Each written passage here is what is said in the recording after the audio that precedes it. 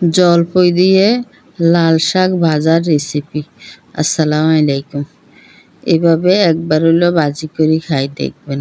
এরপর এই জায়গার মধ্যে কিছু শাক দুই হালি লইলাম, দুইটা জলপাই কুচি করে লইলাম, একটু মোটা মোটা করে লইছি, কিছু রসুন কুচি, পেঁয়াজ কুচি, কাঁচামরিচ ফালি এগুলা রেডি করে লইলাম। এদিক দিয়ে কড়াইয়ের মধ্যে পরিমাণ মতো তেল দিয়ে দিলাম, একটু লবণ দিয়ে দিলাম। দেওয়ার পরে এই জায়গার মধ্যে আমি রসুন কুচি, পেঁয়াজ কুচিগুলা, কাঁচামরিচ ফালি সহ দিয়ে দিলাম। এগুলো একটু বাদামি কালার করে ভাজি নিয়াম। ভাজা হইলে একটু রসুন বাটা দিয়ে দিয়াম।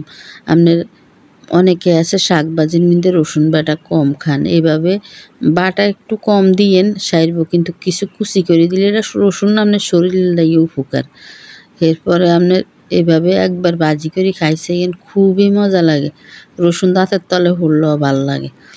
এরপরে আমি যেগুলা দিয়ে দিলাম জলপাই সহ লাল শাকগুলা দিয়ে, লগে আবার কিছু কাঁচা পেঁয়াজও দিছি।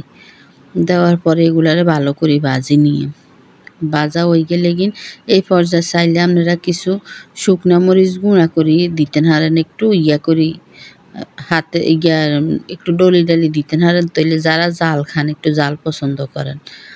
আমরা একটু কম জাল খাই তো এলাই শুধু কাঁচামরিচ দিচ্ছি, আর কিছু দিই না। এরপরে যদি এই রেসিপিটা লাল শাক ভাজার জলপাই দিয়ে যদি আপনার কাছে ভালো লাগে, একটা লাইক, কমেন্ট, শেয়ার, সাবস্ক্রাইব করে দিয়েন। আসসালামু আলাইকুম। এইভাবে একবার হলেও করে খাই দেখবেন, খুবই মজা লাগে। যারা একটু টক খাইতে পছন্দ করেন তারা এইভাবে খাইবেন করে।